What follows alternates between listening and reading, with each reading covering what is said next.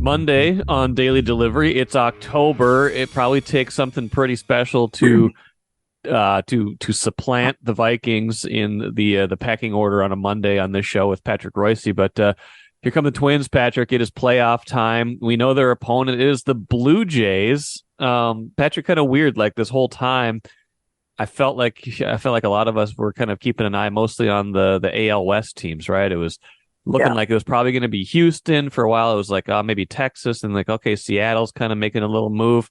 I didn't really have Toronto on my kind of mental radar so much. So right now it's kind of it's just kind of an interesting surprise almost. I don't think it was Toronto at any point until it was on that final day. Yeah, Toronto, has almost underachieved at times this year, and they finally ended up winning 90 games. Packed that ballpark up there, and they were played without Bichette for a couple 3 weeks, and I think that's one reason that they were not winning quite as much as you thought they would. But that's a pretty good club. I really like their lineup. I mean, the left side of the infield, Bichette and Matt Chapman is something else, and they got a really good, expensive lineup. You get to see one of my favorite players, Kirk. He's like a catcher should be. He's about 5'8" and 250, and he can hit a little bit. And they got a well-established starting pitching. Gausman's one of the best pitchers in the league, but the Twins have knocked him around in the past. So maybe they're gonna. The whole thing for these guys is LaBelle wrote about it today, and we've been talking about it. They got to score some runs in the postseason. Yes. They've been inept, and they trying to explain all the losses and how you lose 18 in a row. You never score any runs. You get 2.5 runs a game for an 18-game losing streak, basically, and very rarely more than a couple runs. So they're going to have to. They're going to have to score some runs. It's going to be interesting how they play them, who makes the roster. I hope they don't feel obligated to. I think it's a bad idea to put Royce Lewis at the DH if he can only run 2/3 or something like that. I don't think he's. I don't like that at all. If he's not healthy, if he can't run, if he gets a double in the limps around and gets a double in the third inning, you're gonna all of a sudden start taking your DH out of having them make changes in the roster there and pinch run for a guy. And I think that's stupid. If he's not healthy, don't play him. And that would be my theory. But plus he hasn't hit now for what, 2 weeks? Yeah, 2 weeks. Yeah. 2 weeks. So, what you saw 2 weeks ago and what you might see in the playoffs are probably two different things. So if he can't play, I'm not saying he's got to be able to play third base, but he's got to be able to run for himself.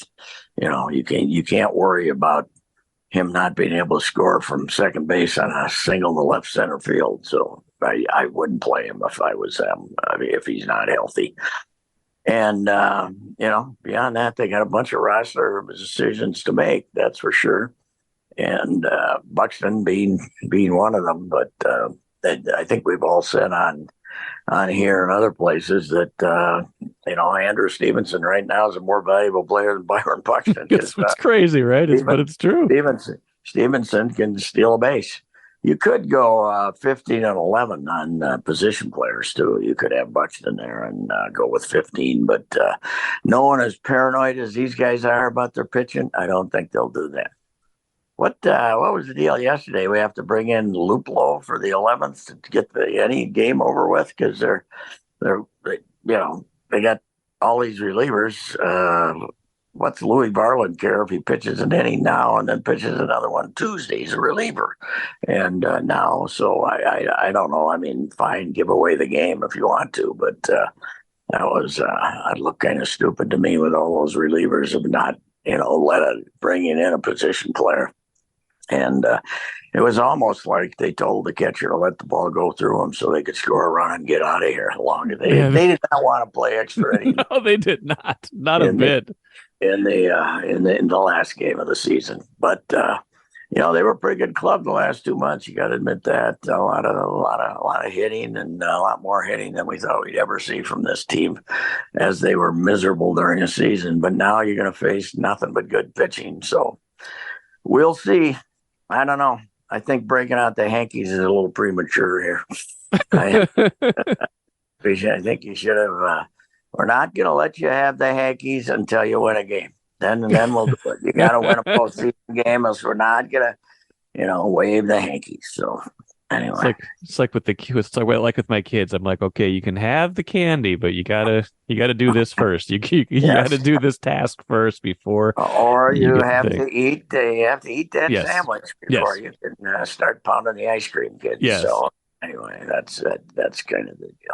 I don't Patrick, know. what As I said, I don't think there was an easy matchup. So the American League was 7 deep, and the Twins ended up with the seventh best record. So it was, that was it. Who ended up finishing second in our glorious division? The Tigers. They passed the Guardians. good for them. Tigers finished second. So I'm not a big fan of expanded playoffs in baseball. I like the fact that the 162 games mean something, but I hope they don't go deeper than this. Originally Manfred wanted 7 playoff teams. I like the fact that their 2 teams can get a bye, I just think it would be, but knowing Manfred, he'll try to get another thing he's in. But this system has worked out good because you had a pretty competitive finish 2 years in a row to see who could get in the playoffs. And if it had been 7, there would have been no drama in the final weekend, right? To see who got Right. in, because you know who the 7 teams would be. So, you know what? The American League playoff field's a lot stronger, a lot deeper than the National League, I think. And the National League's got the Braves and the Dodgers, but the rest of it isn't that impressive. No, I agree with that. Hey, with going back to Royce Lewis, what it's hard to put like a percentage on it, but like how healthy does he have to be? And I'm not just like I think you said he's got to be able to run. Like I feel like there's like a threshold. Like is it like 80%? Like what does he have to be where you're like okay that's healthy enough right now where you're like okay it's worth it to try to get him out here right now versus save him because they lean so much on him both for his production and for his kind of emotional leadership. Yeah, I don't know. My theory is it's a hamstring. If he's only 80%, he's going to go out there and pop the dang thing, and you're not going to have him at all. So I don't know. It's not an injury. I think you can play when it's still bothering you, and because it's anything you do, you can pop it again. I think it's very risky, and I think he's got to be healthy. I'm not saying 100% because nobody ever is, but I got to think I would want him to be pretty dang close to normal before I'd play him. So What do you still feel good about Joe Ryan as the number 3 no, starter? no, I don't feel great about that either. I haven't felt good about him for about 3 months. I don't know. I'd rather have the big guy that pitched yesterday as my 3 starter, but it's too late for that. Yes. I thought Ober all year was once Joe hit the wall in the middle of the summer, I thought Ober was their third best starter, and you're gonna have to let's face it, if it gets to game 3, they're gonna no matter who they send out there, they're gonna get beat. If it gets to game, they gotta win the first 2. If you get to game 3, they're going away. Okay, boom, it's happening. Jose is going to end up beating them here. I think Jose will be their third starter, right? Toronto. So I think he'll Yeah. be the Gausman second, and the lefty. That's the one thing you got. If you beat Gausman, you're good because they got that lefty who's not that good, and then you got Jose who's had a pretty good year, but Hittable. doesn't really frighten you. So yeah, it's they would. It is funny though that if they get beat Tuesday, the what should I say? The paranoia the fans and the negativity of the fans is going to come pouring forth. Yes. They'll be, it's, Tuesday's one of the bigger games in the modern franchise history to get everything behind you. But again, I haven't looked at the betting odds, but I got to think Toronto's favored to win the series. Maybe the fact that it's here makes it about even, but Toronto is. I don't know. Toronto would, I guess, be 6-5 favorite, something like that, to win it. They're a better team than you. They got a better lineup than you got. So you got to win it with pitching. And Pablo can't go out there and give you that 4-run inning either. Retire 14 straight and then give up 4 runs.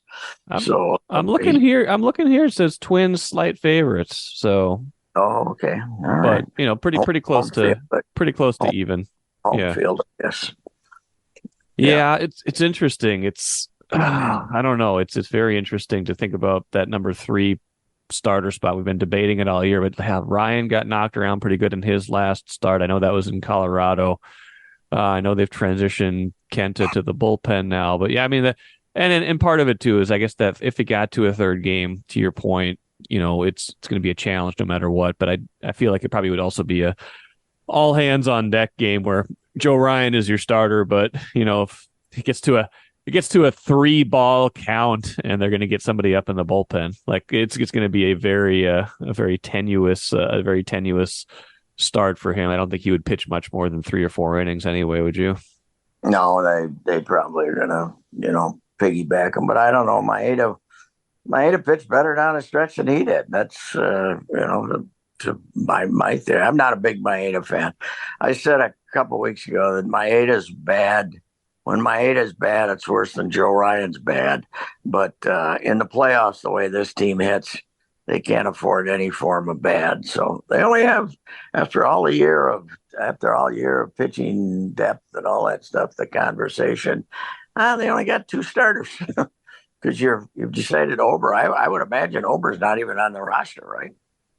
Because he can't. Because he just pitched yesterday. So pitched 7 innings yesterday. You're basically announcing he's not going to be on the roster. So, it's if you get to the third starter, you're going to get beat probably. So, Grand Casino would like to take a moment and salute the true football fan. The passion. The hope, the anticipation, that incomparable feeling of winning. Grand Casino would also like to take a moment to remind you that you can find all that anticipation, thrill, and winning at Grand Casino. Grand Casino, let your story begin. I mean, Ken Maeda and Joe Ryan is kind of the difference between Andy Dalton and Bryce Young. Should we use that as a transition point to the Vikings? Because that was poor Bryce Young. He's got a future. He's definitely he's the number 1 overall pick. I think he's got some traits that you obviously like, but the processing time and then throwing what the Vikings did with Flores at him yesterday. It was a bit of a mismatch that Carolina only scores 6 points on offense. The Vikings spotted him 7 right away with that hideous pick 6 from Cousins. I know he tried to explain it in the post game, talking about if he throws it sooner, it's a touchdown. If he waits and throws it to Hockenson, throw it sooner. Yeah, shut up. You threw it at the exact wrong time. Yeah. Yes, you didn't. If he throws it sooner, it's a touchdown. Okay, you can say that about 80% of interceptions. That's an excuse for a guy who's been around long as you. You stunk yesterday, okay? They won without you. But you watch this kid, Bryce Young, and you realize that the NFL, it's all about trying to get your money's worth when these guys aren't ready to play. If this is 1993, he don't play for 3 years. Third year is he's your quarterback. This idea of rushing a guy who's not even close to being ready is just stupid, but that's what they do with the money thing. Same thing with Chicago and Justin Fields. That we don't really know if he can play or not because they didn't give him any incubation time. So it's now you see the guy from Southern Cal, he's going to be ready to play, but there aren't many of them ready to play. And Bryce Young is as far from being ready to play as you can get. He's terrible. He doesn't have any idea. Even on they're calling it a strip sack, but he basically threw the ball out he was waving the ball around and set up the touchdown for Wanham on that. He just, he was, before he ever got hit, the ball was going to come out. And he's pathetic. And boy, that was a woeful offensive performance when you consider the fact that as bad as Carolina was able to run the ball some and keep the ball to some extent, but that was I had faith that Carolina was a bad team, and they proved that. So yeah, that game told me almost as much about the Vikings as their 3 losses did, because that's a bad Carolina team, and they were in trouble in that game. I mean, Carolina was up 13-7.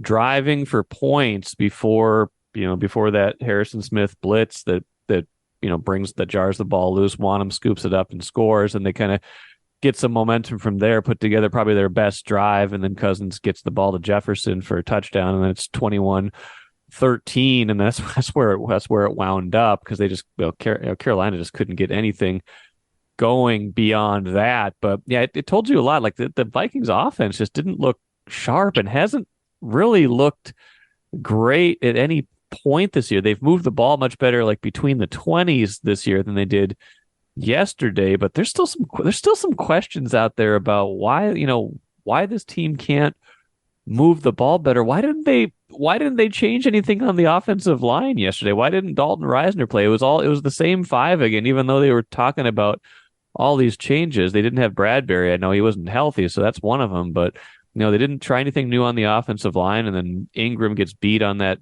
second intercept, that sack when Cousins gets his arm hit, that second interception when they're trying to get points. Like something's still off here, even though they won. I don't think they can feel great about themselves. Although the only thing I will say is I can't remember the last time the defense won them a game instead of just held them in a game. I can't remember the last time they got a game won for them with the defense. Yeah, it's that was a defensive victory, that's for sure. And I think Mark Craig hit the nail on the head. Flores' blitz defense found the quarterback they needed. Yes. Now, a guy that could adjust. You try all that with Patrick Mahomes. Yeah, right. You're going to rattle him? Probably not. By the way, Pat Mahomes had his bad game for maybe for the season this week. Yes, and they still won. They still won, and he didn't have a good game. So that means, he can come in here and, you try all that blitzing with him, he'll step away from it and throw a 50-yarder. Now, the one thing you got going for you against the Chiefs is their receivers are, except for Kelsey, they got the same. They don't have very good wide receivers, so that'll make it different. But without getting ahead of ourselves, they obviously needed that win, but it wasn't. I said on Twitter, it's a very interesting team because the worse Kirk plays, the better their chances are to win. He was terrible yesterday. He was. He only threw it 19 times. What was the last time he threw it 19 times? I feel like we got to go back to like the 2019 season. They only ran 44 plays. Yeah. They had 44 plays. It's because Carolina held the ball on the ground a little something. But, Harrison Smith's got to be in heaven, though, man. First, he never had 2 sacks in a game, and he ends up with 3. That's I don't think Carolina is terribly well coached either, do you? No, I didn't get the idea they were. Hey, they're bringing that safety. You think we should do something about it? Should we try? Right. Maybe somebody here should look and see if he's coming or not. It was a game that you could go drive around a lake and listen to on the radio. If you could get the other team's broadcast, you could do that. On satellite. If you could listen to Carolina and not have to listen to the other guy, but it was one of those games you didn't even have to watch, really. Yeah, it was not a scintillating game. It was a bad game for the bad. It was a bad day for the trade Kirk to the Jets narrative, though, because the Vikings the Vikings win, the Jets lose, so they're 1-3 now. They're kind of slipping, and then Zach Wilson actually looked okay at times last night as well. Yes, he actually played way better than Kirk yesterday. He did. They're not unloading the 4 draft choices they have left in the next 3 years to get the 35-year-old guy who says it would have worked if I hadn't thrown it 4 seconds late. You didn't like that? I love it's a good point. It's such an excuse at this point, especially at this point in his career. He's a statue. I still go crazy when everybody's defending him for throwing the ball. He would have gotten sacked if he hadn't thrown it under the sticks to Hawkinson when he blew the Giants playoff series. Well, there's such a thing as stepping away from the blitz and hitting somebody with stepping out of the path. But he's more of a stationary target than he's ever been. So yeah, I'm not a Kirk guy. I'll never be a Kirk guy. No, but at this point too, though, like they keep running into these cautionary tales of if your dream scenario is get rid of Kirk finally, you're right. The guy from USC is a difference maker who could play right away. But most of these guys that would come in and play right away in his place are going to be a Bryce Young type that you have no idea how good they're going to be, and it's going to be 2 or 3 years of is this guy really that good? How you think Justin Jefferson is going to like that process? I don't know. Like the process of a rebuild at quarterback is 75% of the time a painful one. That that even if it works out in 2 years and they kind of find something, if it's kind of like Josh Allen where wasn't very good early, but then he gets better. Usually it's not good right away. That's the exception, not the rule. Yeah, I agree with you on that. And but he's not coming back. He's done. No, he's done. I just don't know what the plan is next year because they're going to be, the old Denny plan, where they changed veterans there until you got Culpepper. You changed your veterans. Okay, Warren Moon was here, and then we'll go find somebody else. And Jim McMahon. Now, whatever you do, don't get a Jim McMahon type to fill in. But yeah, it's the Kirk defenders though are probably a little quiet today. I actually saw a couple of feeble attempts to defend him on the 99-yard pass. So there is that Kirk crowd out there. But I don't know. His numbers are still going to look good, but not after yesterday. Did he get 200 yards yesterday? I don't know. Not even close. He had like 130 or something. They didn't have much offense at all in that game because, like you said, they only ran. That game was over by like 2:35. That was one of the fastest games I've ever seen. Because I went and did something and came back, and it was the fourth quarter was starting, and I basically spent about 10 minutes away from the TV. I got back. There was 1:55 to go or something like that. Yeah, it was amazing. Cousins 12 of 19 for 139 and 2 touchdowns, 2 picks. Not like you were gouging them on the ground. Oh, they did pretty good on the ground. 23 carries for 135, so they averaged like almost 6 yards a carry. Madison had almost 100. Akers had 5 for 40. So they were getting pretty good game on the ground, but they only had 265 yards of offense. But I guess if they only run 42 plays, that's what times is it Kansas City a night game? No, I think it's a noon start too. Okay. Yeah, Kansas City's not as good as they've been, but you can't be blitzing Pat Mahomes like you've been blitzing everybody. It's a 325 game. That's a 325 game, but not a night game. Big game. So anyway, yeah, that was a dull performance, but they got the win they needed. Yeah. So can't we can't whine about they should, the games they've let get away. So Right. they're what they should be right now, 1-3. Yeah, I think that's fair. Let's move on to a couple other things before we get out of here, Patrick. And by way of promotion, there's going to be a lot of twin stuff this week, trying to do special podcasts off of all these playoff games and doing a special kind of playoff preview episode later today. So listen for that, everybody. But before we go, let's talk a little bit of Gophers. I don't like how they do these I liked it when, and listen to me, I sound like I'm back in my day, but I don't like how there's like conference game, non-conference game, conference game. Like what's Louisiana doing at the end of September as your homecoming game? Like, just play your non-conference games and then start your conference schedule. I don't like this, but I guess they got to win when they needed one on Saturday, kind of like the Vikings. It's the Big Ten Network. I'm sure that wants conference games all the way through. They pretty good in the second half by all accounts. The quarterback had a good game. They were down 17-14. Yes, at halftime. Yeah. And they shut them out the second half. So they got nothing to complain about. I don't know if anybody was at the game, but homecoming is, homecoming in college football. What's it mean? But here, I don't think we have a parade, do we? We did. Yeah, we did. Actually, I went to it. I've never been, but my wife was like, we're back working on campus. She's like, yeah, there's a parade Friday night. Let's bring the kids. I'm like, okay. So we brought them over there. The kids love it because they get all the candy. It's like they get more candy than they get on Halloween because everyone's throwing the candy out the cars and stuff like that. So yeah, that was Friday night. University Avenue, or down University Avenue. Yeah, I went from basically 11th down to pretty close to the stadium. So okay. And then we had the band.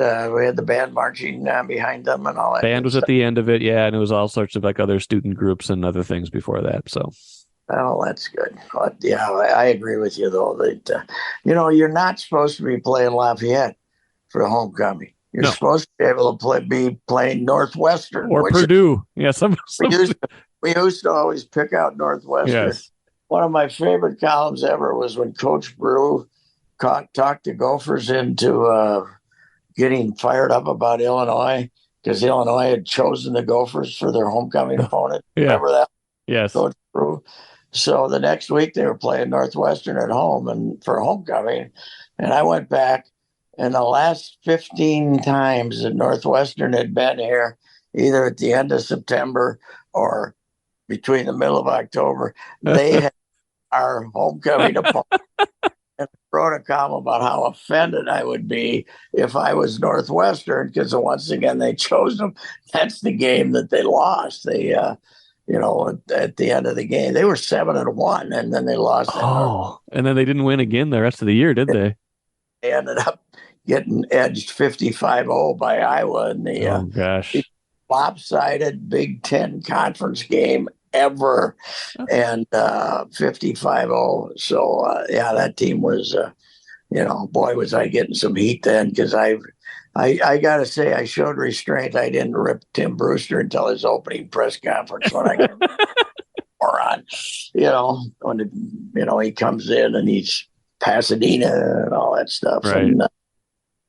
And when he was 7-1, he was second year, man. I remember I went out to a football game somewhere in Delano or someplace. I was being taunted about my lack of faith in the Gophers, and then Coach Brew lived up to expectations. So, yeah, they were. I was looking it up right now. They were 7-1. They were 3-1 in the Big Ten. They were on a 3-game Big Ten winning streak, including 2 straight road wins against Illinois and Purdue.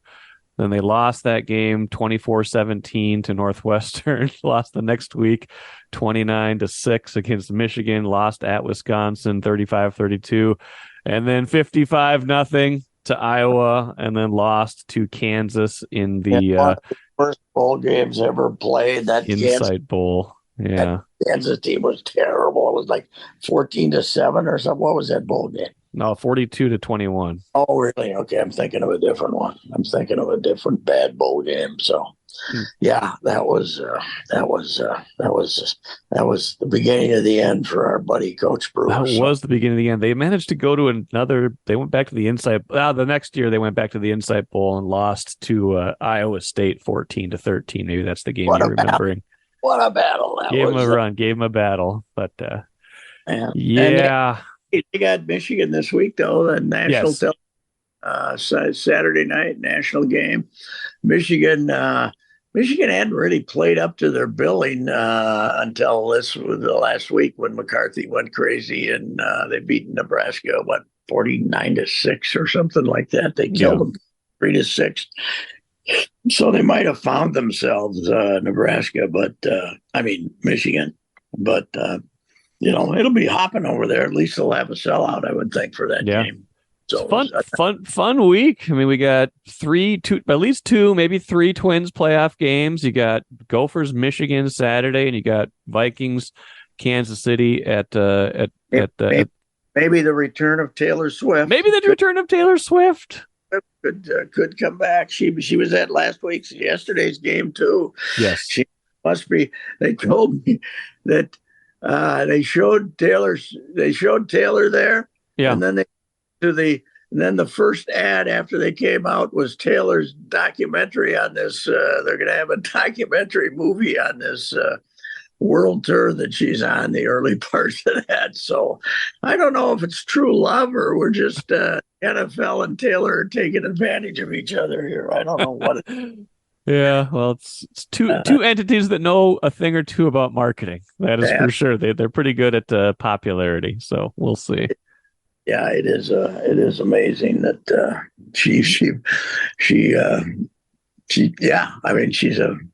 she's an athlete and she's a marketing machine. That's for sure. Yes. Yeah. But here's still the problem. If I was listening to the radio and a Taylor Swift song came on, somebody would have to tell me it's a Taylor Swift song. I could not identify any of her songs. But then again, the modern pop, I'm less than an expert on modern pop music. That's for sure. Get yourself 3 young kids, including 2 girls, Patrick. You'll have no problem picking out the Taylor Swift songs. I actually like a lot of her songs. She's pretty good, but I don't know what's going on with her in this in the NFL association. But it would be fun if she decided to come here. And I think that World Tour movie comes out the 13th, so the game here would be the last one before that. So I think maybe she's got to come here and keep promoting this World Tour. I think she needs the help. Doesn't she have, half of it is still going on, right? It goes well into 2004. How come we're getting the movie already? Hey, Patrick, some of us didn't get to go to the concerts. We got to watch the movie now. And it's So there's going to be a part 2 to the movie probably, too. Sure, why not? Something. Why not? Well, we'll see how we'll see how it all goes this week. Three big things for these big teams. Wolves practicing, Wild practicing. They're going to be playing before we know it. Sounds like a bold prediction: the Wild will not be a playoff team. I like it. I think that's fair. I think they're due for a bit of a regression before they can pick things up again. Although the goalie. He was good, nondescript goalie. Good one year, won't be good. That's the way it works. I think that's a good take. I'm worried about him too, but they've just got Wallstedt down there in the minors. Maybe they're gonna have to dip down and get him sooner rather than later. But now, there's no longer baseball, 162 games, blah blah blah. No longer season than hockey. Endless. Just go on and on, nondescript games, 3-2, and you keep filling that place up. God love you. You're amazing fans. You are amazing fans to go over there and cheer and spend this ungodly amount of money. And each night it's 3-2, and somebody wins and somebody loses, and you leave there, and it's the level of excitement is, for me, an old Fulda boy, is virtually nil. By the way, I was at my 60th class reunion for Fulda on Saturday. Wow. I drove back on Saturday, and Most of us remain ambulatory, but not barely. I got a hunch this might have been the last one, though, don't you think? 70 is hard to do, isn't it? Even in Fulda, where people live a long time, it's kind of hard to do. But anyway, it was. I never actually graduated with those people. I went to school with them through my junior year, so I'm an interloper on the class of '63 reunion. But kind of sad to see what's happened to the old hometown Main Street. There's not a lot going on there. So anyway. Wish I'd known about this sooner. We could have done a whole show on that, but. Well, the best news I heard, though, was my mysterious neighbor, the great Daniel Weicherding.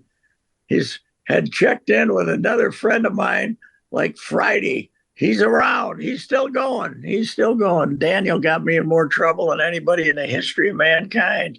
But I was glad to hear he's still with us, because I hadn't had any updates for a while. So he was the neighbor.